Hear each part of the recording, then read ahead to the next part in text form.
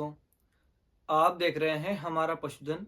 मेरा नाम है संदीप सिंह और आज इस वीडियो में हम बात करेंगे कि हम अपने डेयरी फार्म पर ब्रीडिंग कैसे करें, या फिर अगर आसान भाषा में हम बात करें तो कि हम खुद के फार्म पर 50 लीटर की गाय या फिर 60 लीटर की गाय कैसे तैयार करें।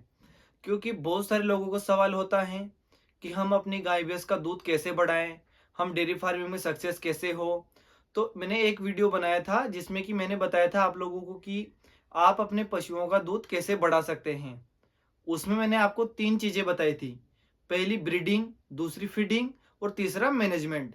तो आज का जो वीडियो होने वाला है, ये है ब्रीडिंग के ऊपर कि हम ब्रीडिंग कैसे करें और कैसे अपने पशुओं का दूध बढ़ाएं। तो डेयरी फार्मिंग का जो धंधा होता है या फिर बिजनेस होता है, वो मेनली 2 चीज़ों के ऊपर डिपेंड करता है। एक होती है ब्रीड, यानी कि आपके फार्म पर अच्छे पशुओं का होना।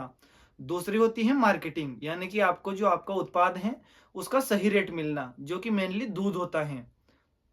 तो आज हम ब्रीड के बारे में बात करेंगे। साथ ही साथ आप लोगों को मैं आसान भाषा में बताऊंगा कि ब्रीडिंग कैसे करते हैं, ब्रीडिंग क्या होती है। तो सबसे पहले जब हम डेयरी फार्म शुरू करते हैं, हमारे पास कुछ भी नहीं होता है, तो हमें सबसे पहले जो जरूरत पड़ती है वो पड़ती है अच्छे पशुओं की। और अच्छे पशु कहाँ से खरीदें, ये हमारा सवाल होता है। तो उदाहरण के लिए आप लोगों को मैं बताता हूँ कि मान लीजिए आपके पास 5 तरह के पशु हैं, यानी कि आप ये मान के चलिए कि आपके पास आपके फार्म पर 5 भैंस हैं और आपका फार्म लगभग 5 साल पुराना है। ये हम एक एग्जाम्पल मान रहे हैं। आप मान लीजिए आपके पास जो 5 भैंस है उसमें से एक भैंस आपको बेचनी है, तो आप कौन सी भैंस बेचोगे? आपके पास जो 5 भैंस है उसमें से 3 भैंसें 10-10 लीटर दूध देती हैं, एक भैंस 8 लीटर दूध देती है और एक भैंस 6 लीटर दूध देती हैं। तो आप कौन सी भैंस बेचोगे? जो भैंस 6 लीटर दूध देती है, या फिर वो जो 10-10 लीटर दूध देती है? नहीं, यानी कि आप सबसे पहले उस भैंस को अपने फार्म से बेचना पसंद करोगे जो कम दूध देती हैं, नाटक करती हैं, समय से गाभिन नहीं होती हैं, यानी कि तरह तरह की प्रॉब्लम्स उसके अंदर होती हैं। तो इसी प्रकार से आप लोग ये मान के चलिए कि जो अच्छे पशु हैं वो कोई भी सेल नहीं करता है, और अगर सेल करता है तो लगभग उसका डबल पैसा आप लोगों से ले लेता है। तो सबसे पहली चीज आप क्लियर कर लीजिए कि अच्छा पशु आप लोगों को कोई भी नहीं बेचेगा। तो अगर आप ये सोच रहे हो कि आपको मार्केट से 15 लीटर की भैंस मिल जाएगी, 20 लीटर की भैंस मिल जाएगी, तो ऐसा असंभव है। ऐसी भैंसें आप लोगों को खुद ही बनानी पड़ेगी। दूसरी चीज जैसे जिसे सोचकर लोग डेयरी फार्मिंग में आते हैं, वो ये है कि अगर उनके पास कोई नौकरी नहीं होती है, कोई बिजनेस नहीं होता है, तो हम सोच लेते हैं कि चलिए हम डेयरी फार्म कर लेते हैं। और जब हमें सोचते हैं तो कैलकुलेशन पहले ही हो जाता है कि 5 भैंस में लेके आ जाऊंगा, टाइम का 5 लीटर दूध तो किसी न किसी कंडीशन में दे ही देगी। और जब 5 लीटर दूध एक भैंस देगी तो दोनों टाइम का 5 भैंस का 50 लीटर दूध होगा। अगर 50 रुपए लीटर से भी मैं सेल करूंगा तो 2500 रुपए होंगे। खर्चा करते करते दिन भर के 1000 रुपए तो बच ही जाएंगे, यानी कि महीने के होंगे 30,000 रुपए। तो दोस्तों आप लोगों को मैं बता दूं कि 30,000 रुपए महीने कमाना इतना आसान भी नहीं होता है जितना हम जल्दी हम कैलकुलेशन कर लेते हैं। क्योंकि आप सब जानते हैं, कोई टीचर हो या फिर कोई कंपाउंडर हो या फिर कोई प्राइवेट इंजीनियर हो, इन सबकी जो सैलरी होती है, अगर 25 से 20,000 रुपए भी अगर इनकी सैलरी है, तो उस सैलरी को पाने के लिए इनको लगभग लगभग 3 साल की पढ़ाई करके डिग्री लेनी पड़ती है, तब जाके इनको 25 से 20,000 रुपए मिलते हैं। तो आप ये कैसे सोच सकते हो कि आपको जब आप पशु लेके आएंगे तो पहले महीने से ही 30,000 रुपए मिलेंगे? हो सकता है कि आपको 30,000 रुपए मिले और सौभाग्य बात है कि मिल भी जाएंगे, लेकिन थोड़े समय के लिए मिलेंगे, यानी कि जब 3-4 महीने आपके पशु अच्छे दूध देंगे तब तक आपको वो पैसे मिलेंगे। फिर आपका पैसा डायरेक्ट आधा हो जाएगा। जब आपके पशु दूध देना बंद कर देगा तब आपको लगेगा कि यार डेयरी फार्मिंग में तो नुकसान है। तो इन सब चीजों से बचने के लिए हमें ब्रीडिंग करने की जरूरत होती है। और एकमात्र यही ऐसी चीज है जो कि आपको डेयरी फार्मिंग में लंबी रेस का घोड़ा बनाती है, आपको ज्यादा प्रॉफिट देती हैं। तो इसके लिए आप लोगों को क्या करना है, आपको करनी है ब्रीडिंग, यानी कि अपने फार्म पर एक के बाद एक अच्छी पीढ़ी तैयार करनी है। तो अब मान लीजिए कि आपके पास एक भैंस है जिसे आप खरीद के लाए हो या फिर आपके घर की हैं, तो आप उससे अच्छे बच्चे कैसे पैदा करोगे? जब मान लीजिए वो हीट में आएगी प्रेग्नेंट होने के लिए, तब आप उसको अच्छा से अच्छा सीमन लगाओगे। सीमन कैसे लाना है, क्या करना है, वो भी आपको आगे मैं बताऊंगा। लेकिन जब आप उसे सीमन लगाओगे तो अच्छी बछड़ी पैदा होगी। जब बछड़ी पैदा होगी तो अगले 2 साल 3 साल बाद वो प्रेग्नेंट हो जाएगी, तब उसको भी आप अच्छा सीमन लगाओगे। और जो बछड़ी आपने प्रेग्नेंट करी थी, जब वो ब्याह जाएगी तो इस भैंस से उसका दूध कहीं ज़्यादा अधिक होगा। तो ऐसे करके आप एक के बाद एक अपने फार्म पर पशु तैयार करते हो। और ये जो पशु आप तैयार करोगे, इनकी कीमत 1-1 डेढ़-डेढ़ लाख रुपए आपको आराम से मिलेगी। क्योंकि ये सुंदरता में ज़्यादा होंगे, ये इनकी फैट ज़्यादा आएगी, इनका दूध अधिक होगा, इनका लैक्टेशन पीरियड जो है वो भी ज़्यादा होगा। तो ऐसे करके आप लोगों के फार्म पर काफ़ी अच्छे-अच्छे पशु आप तैयार कर पाएँगे। तो ये पशु आप कैसे तैयार करेंगे? जो आपकी भैंस है उसको आप अच्छा सीमन लगाओगे। अच्छा सीमन आप कहाँ से लाओगे? आप लोगों को आस-पास के जो सीमन स्टेशन हैं, यानी कि जो भी अच्छी नामी कंपनियाँ हैं, वर्ल्ड वाइड हैं, एबीएस हैं, बीएफ हैं, तो ऐसे सीमन स्टेशन से आपको सीमन लेके आना है। और आप लोगों को ध्यान रखना है कि अगर आपके पास मुर्रा भैंस है तो आप उसको मुर्रा का सीमन लगाएं। आपके पास गिर गाय है तो आप उसको गिर का सीमन लगाएं, यानी कि क्रॉस ब्रीडिंग आप लोग ना करें। मान लीजिए अगर देसी भैंस अगर एक बार आप उसको मुर्रा लगा रहे हो तो ये चलेगा, लेकिन आप मुर्रा भैंस को जाफराबादी का लगा रहे हो, ये गलत है। इसमें कहीं ना कहीं जो है क्रॉस ब्रीड ज्यादा हो जाती है, तो आपको इसका ध्यान रखना है। फिर अगर आप इसमें लंबे टाइम तक चलना चाहते हो तो या तो आप खुद एआई करना सीखें, या फिर कोई अच्छा सा डॉक्टर एक हायर कर लें, जो कि आपका फ्रेंड हो सकता है, या फिर जिसने वेटनरी कर रखी हो, जिसे एआई करना आती हो। उसे आप अपने डेयरी फार्म पे रखेंगे, या फिर उससे बात करके रखेंगे कि भाई जब भी मेरा पशु हिट में आएगा आप उसे प्रेग्नेंट करेंगे, और अच्छे अच्छे सीमेंट जो मैं लाके आपके कंटेनर में रख दूंगा। तो जब आप लोग सीमन लेने जाओगे, आप लोगों को ध्यान देना है कि आप लोगों को बुल सिलेक्शन कैसे करना है। ये सबसे मेन टॉपिक है ब्रीडिंग के ऊपर लेके, क्योंकि लोगों के अंदर बहुत सारी गलत फहमियां होती हैं जिसके चलते वो ब्रीडिंग में फेल हो जाते हैं। अब आप लोगों को क्या करना है, सीमन स्टेशन से सीमन लाना है अच्छे अच्छे बुल का, जिनके जिसकी माँ का दूध कहीं ज्यादा हो, जिसकी माँ ने लंबे टाइम तक दूध दिया हो, जिसकी माँ की अधिक फैट आई हो, ऐसे बुल को आपका सिलेक्शन करना है। तो मेनली बुल दो तरह के होते हैं। एक होते हैं जेनेटिकली टेस्टेड बुल, एक होते हैं प्रोजेनी टेस्टेड बुल। जो जेनेटिकली टेस्टेड बुल होते हैं इनके सीमन थोड़े से सस्ते होते हैं, और जो प्रोजेनी टेस्टेड बुल होते हैं इनके सीमन थोड़े से महंगे होते हैं। तो ये भी आप लोगों को आगे मैं बताऊंगा कि प्रोजेनी टेस्टेड बुल क्या है और जेनेटिकली टेस्टेड बुल क्या है। तो पहले हम अगर बात करें जेनेटिकली टेस्टेड बुल की, यानी कि जो उसका जो अनुवांशिकता है उसके आधार पर उनके अनुवांशिक गुणों को देखकर उसका अनुमान लगाया जाता है कि भाई ये जो बुल है इसकी माँ का दूध टाइम का 10 लीटर था, तो इनके जो आने वाले बच्चे हैं उनमें दूध कितना होगा। ये बस अनुमान लगाया जाता है और उस बुल के बारे में पूरी जानकारी हमें दे दी जाती है। तो ये हो गए जेनेटिकली टेस्टेड बुल। तो इनको आपको कैसे देखना है ये भी आप लोगों को मैं इसमें बता देता हूँ। मान लीजिए आप एक मोबाइल लोगे, जहां पर आप सीमन लेने गए हो, उस सीमन स्टेशन का नाम लिखोगे, या फिर जो बुल की आईडी होती है, जो सीमन की स्ट्रो होती है, अगर आपने देखा होगा कोई डॉक्टर अगर आपकी भैंस को प्रेग्नेंट करके गया है तो एक छोटा सा सीमन स्ट्रो होता है इतना सा बड़ा, जिसपे उसमें बुल की डिटेल लगी होती है, यानी कि उसके टैग नंबर जो है वो कौन से सीमन स्टेशन का वो बुल है वो सारा लिखा होता है। तो आप लोग एक गूगल करके उसको पता कर सकते हो कि कौन से बुल का सीमन आपकी भैंस को डॉक्टर ने लगाया है। तो ऐसे क्या करना है, आपको गूगल पे जाना है, और एबीएस का अगर आपने सीमन लगाया है तो मैं यहाँ पर एबीएस का निकाल कर दिखा दिखा देता हूँ आपको। तो मान लीजिए अगर आप लोग एबीएस का सीमन ले रहे हो तो आप लोग यहाँ पर मैं आ गया हूँ एबीएस की एक वेबसाइट पर, जहाँ पर उसके बुल की सारी डिटेल दी गई है। तो आप यहाँ पर देख रहे हो, यहाँ पर बुल है, बाहुबली है, महाबली है, दारा है, भीम है, वेंकट है। तो यहाँ पर इनके सामने इनका डेम सेल लिखा हुआ है, यानी कि इनकी माँ का एक ब्यात के अंदर कितना दूध था। तो चलिए हम पहले नंबर पर क्लिक कर लेते हैं बाहुबली, जो कि यहाँ पर आपके सामने ये खुल के आ गया है। अब जो सीमन स्ट्रो आप लेंगे उस पर ये आईडी लिखी होगी, यानी कि ये देखिए आप यहाँ पर लिखा है 29MU0036। तो ये है उसकी आईडी, और ये नाम उस पर लिखा होगा, यानी कि ची बाहुबली उस सीमन स्ट्रो के ऊपर लिखा होगा। तो वो सीमन स्ट्रो आपको कब लेनी है, जब आप यहाँ पर सारी चीज़ें उसकी देख लेते हो। तो ये देखिए इसकी कीमत कितनी है, 75 रुपये। इसकी माँ का दूध कितना था, 5586 लीटर एक ब्यात का, यानी कि दिन भर का अगर आप इसको कैलकुलेट करोगे तो लगभग एवरेज जो दूध आएगा प्रतिदिन का वो आएगा लगभग 20 लीटर के आसपास। ठीक है। फैट उसके दूध में थी लगभग 7%, और किलो में अगर उसकी फैट को काउंट करें तो लगभग थी 407 किलो। तो ये बुल था, आप यहाँ पर देख रहे हो। दूसरे बुल की एक आध और आपको मैं बता देता हूँ, जैसे कि मान लीजिए महाबली बुल को आप देख लीजिए।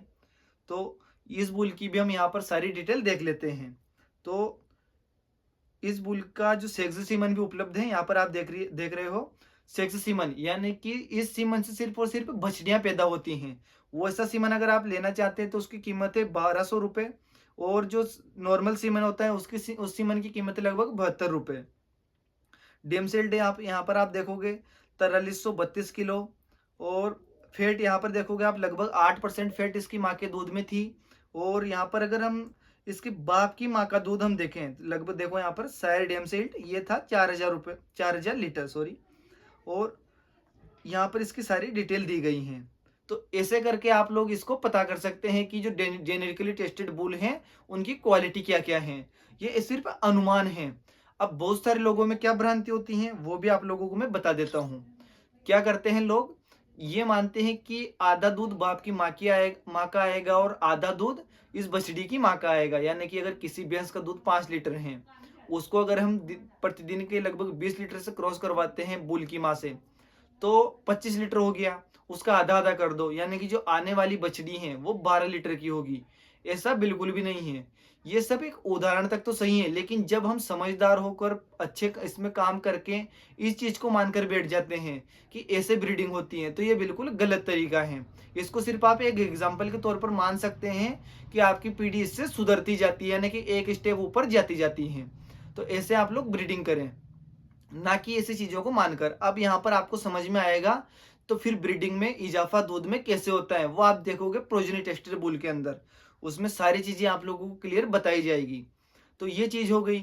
और ब्रीडिंग करने के लिए आप जो भैंस चुन रहे हैं वो भी थोड़ी अच्छी क्वालिटी की चुने, क्योंकि जितनी अच्छी भैंस होगी, मान लीजिए आप 20 लीटर दूध तक पहुंचना चाहते हैं कि आपके फार्म पर प्रतिदिन का 20 लीटर दूध हो, तो अगर आप अच्छी भैंस को क्रॉस करवाते हैं तो अगली स्टेप ही लगभग आपके पास 20 लीटर की आ जाएगी। यानी कि भैंस का दूध अगर दिन भर का 12 लीटर है, तो अगली जनरेशन हो सकता है कि आपके पास 18 लीटर तक की आ जाए। लेकिन भैंस की जनरेशन अगर आपके पास 2 लीटर 3 लीटर की है, तो लगभग लगभग ये काम करने में आपको 2 पीढ़ी का इंतजार करना पड़ेगा। यानी कि जो तीसरी पीढ़ी है उसमें आपको 20 लीटर की दूध की भैंस मिलेगी। तो ऐसे करके जो ब्रीड के लिए आपको भैंस चुननी है वो भी थोड़ी अच्छी क्वालिटी की देखनी है। अब चलिए हम बात करते हैं प्रोजेनी टेस्टेड बुल के बारे में कि ये क्या होते हैं और इनको कैसे उपयोग किया जाता है। तो यहाँ पर हम आ जाते हैं प्रोजेनी टेस्टेड बुल की इस पे लिस्ट पे, जहाँ पर आप लोगों को मैं एक दो बुल की डिटेल आप लोगों को मैं बता दूंगा। तो यहाँ पर आप देखें, मैंने खोला है यहाँ पर, ये देखिए अल्फाबेट नाम का एक बुल है जो कि प्रोजेनी टेस्टेड बुल है।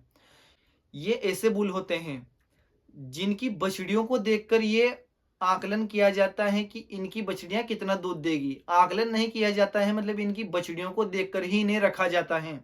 कि मान लीजिए एक बुल जिसको बड़ा किया गया है, उससे एक साथ लगभग 15 गायों को क्रॉस करवा दिया गया है, और जो 15 में से जो 10 बछड़ियां होंगी उनको देखा जाता है कि उनका दूध कितना है, फैट कितनी आई है, वो प्रेग्नेंट हो रही हैं या फिर नहीं हो रही हैं, बीमारियां उनमें कौन कौन सी हैं। तो इन सब चीजों को देखकर इन बुल को रखा जाता है। इसलिए इनके सीमन थोड़े महंगे भी होते हैं, क्योंकि लगभग एक बुल जब मान ली 3 साल की उम्र में जाके वो सर्विस देना शुरू करेगा, अगले 1 साल बाद उनकी बछड़ियां आएंगी, वो 4 साल का हो जाएगा, फिर 2 साल बाद वो प्रेग्नेंट होगी, फिर वो भी आएगी, तब जाके लगभग 6 साल बाद एक बुल की डिटेल आप लोग देख पाओगे। इसलिए इन बुल के ऊपर ज्यादा विश्वास किया जाता है कि जो प्रोजेनी टेस्टेड बुल होते हैं वो कहीं ज्यादा कारगर होते हैं जेनेटिकली टेस्टेड बुल के मुकाबले। तो चलिए हम यहाँ पर देख लेते हैं कि आपको प्रोजेनी टेस्टेड जो बुल हैं उनकी डिटेल कैसे चेक करनी है। तो आप लोग मेरे सामने यहाँ पर देख रहे हो, जो कि आपको भी एक साइड में दिखाई दे रहा होगा, यहाँ पर है अल्फाबेट नाम का एक बुल, जो कि यहाँ पर आप देखें इसका सायर कौन था, एवोर्ड सिल्वर हेलिक्स ईटी, इसके बाप का नाम है। इसकी जो माँ थी वो यहाँ पर लिखा है ओसीडी योडर एवरी, यानी कि उसका जो टैग नंबर है वो भी यहाँ पर लिखा हुआ है 4129 ईटी, ठीक है। और यहाँ पर उसकी जन्म तिथि है वो भी सारा कुछ यहाँ पर मेंशन किया गया है, और नीचे आप लोगों को मैं और भी इसके बारे में चीजें बताऊंगा, ठीक है। तो अब हम नीचे आ जाते हैं, यहाँ पे देखिए सायर फर्टिलिटीज के बारे में बताई गई हैं। इसका सारा का सारा जो चीजें हैं वो यहाँ पर मेंशन कर दिया गया। प्रोडक्शन की हम बात कर लेते हैं कि ये इसकी जो बछड़ियां हैं उनमें कितना दूध ये इंक्रीज करता है। तो यहाँ पर पाउंड में दिया गया है, यानी कि एलबीएस में। तो ये जो बुल अगर किसी गाय भैंस को आप इससे प्रेग्नेंट करवाते हो गाय को, तो जो बछड़ी होगी उसकी माँ के दूध में और उसके दूध में इतना बढ़ावा करेगा, यानी कि 2674 पाउंड का, यानी कि मिल्क में अगर आप कैलकुलेट करो तो वो भी आपको मैं स्क्रीन पर जोड़कर लिख दूंगा। इससे कि इतना दूध उसकी बछड़ी में मिलेगा, यहाँ पर क्लियरली मेंशन कर दिया गया है कि फिक्स है कि इतना दूध तो बढ़ेगा ही बढ़ेगा। ठीक है, प्रोटीन उसके दूध में बढ़ेगा और फैट उसके दूध में बढ़ेगी, यानी कि परसेंटेज में भी अगर आप देखें तो 0.01% फैट उसके दूध में बढ़ेगी। ठीक है, ये कैसे पता किया गया है? इसके जो डॉटर्स हैं वो लगभग 10,884 बछड़ियां इसकी अभी तक हो चुकी हैं। कितने हर्ट्स में, यानी कि कितने फार्म में? तो 1110 फार्म में इसकी बछड़ियां अभी तक पैदा हो चुकी हैं। इतनी बछड़ियां 10,884 बछड़ियां। अब यहाँ पर देखें आप लोग, यहाँ पर स्ट्रक्चर, यानी कि जो इसकी बॉडी का जो स्ट्रक्चर होता है वो ये बुल बढ़ाएगा इसकी बछड़ियों में। स्ट्रेंथ जो है वो थोड़ी सी कम कर देगा। बॉडी की जो डेप्थ है, यानी कि जो गहराई है, उसको भी थोड़ी सी कम कर रहा है। और यहाँ पर आप देखिए काफी सारी चीजें बुल बढ़ा रहा है। देखिए जैसे कि आप यहाँ पे देखोगे, जो पीछे की जो लेग है उसको भी थोड़ा सा कम कर रहा है, जो पैर है उनको कमजोर कर रहा है, यानी कि ठीक है। और यहाँ पे आप देखोगे फुट एंगल, जो एंगल जो बनता है पैर का, उसको ये बढ़ा रहा है।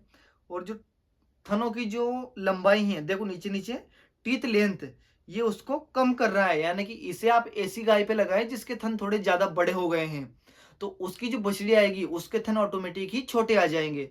तो ऐसे सारी चीजें देखकर इस बुल का इस्तेमाल किया जाता है, जिससे कि हमें जो आने वाली पीढ़ी है उसकी एक एक चीज का पता हो कि ये कितना दूध देगी, कितनी इसमें बीमारियां हैं, कितनी फर्टिलिटी है। अब यहाँ पे देखो आप लोग, टेप में आप लोग देख सकते हो हर एक चीज का यहाँ पर इन्होंने मेंशन कर रखा है कि क्या क्या चीजें इसमें अच्छी होगी और क्या क्या बुरी होगी। फीड एफिशिएंसी जिसको हम बोलते हैं कि इसको कितने फीड की आवश्यकता है, तो इसकी बछड़ियों की यहाँ पर फीड एफिशिएंसी भी इन्होंने लिख दी है। ये देखिए, इसके बाप की जो फर्टिलिटी थी, इनकी डॉटर की जो फर्टिलिटी, यानी कि जो प्रेगनेंसी जो होती है, प्रेग्नेंट ये ठहरेगी या फिर नहीं, तो देखो यहाँ पर परसेंटेज में है फर्टिलिटी इंडेक्स, ये घटा रहा है। ठीक है, यानी कि जो इसकी बछड़ियां होगी उनमें थोड़ी बहुत प्रॉब्लम आएगी प्रेग्नेंट होने में। ये सब जरूरी नहीं है, लेकिन यहाँ पर बताया गया है कि -1.2 ये घटा रहा है, जो जो उसकी माँ में थी उससे थोड़ी सी ये कम कर रहा है। ठीक है, यहाँ पर आप लोग देखो जोइट्स जो है, वेलनेट रेट्स हैं, सारी चीजें यहाँ पर बताई गई हैं। तो ऐसे करके प्रोजेनी टेस्टेड जो बुल होते हैं उनमें फिक्स कर दिया जाता है कि कितना दूध बढ़ेगा, कितनी फैट बढ़ेगी, कितना प्रोटीन बढ़ेगा। तो मुझे उम्मीद है आप लोगों को जानकारी पसंद आई होगी, वीडियो आप लोगों को अच्छा लगा होगा।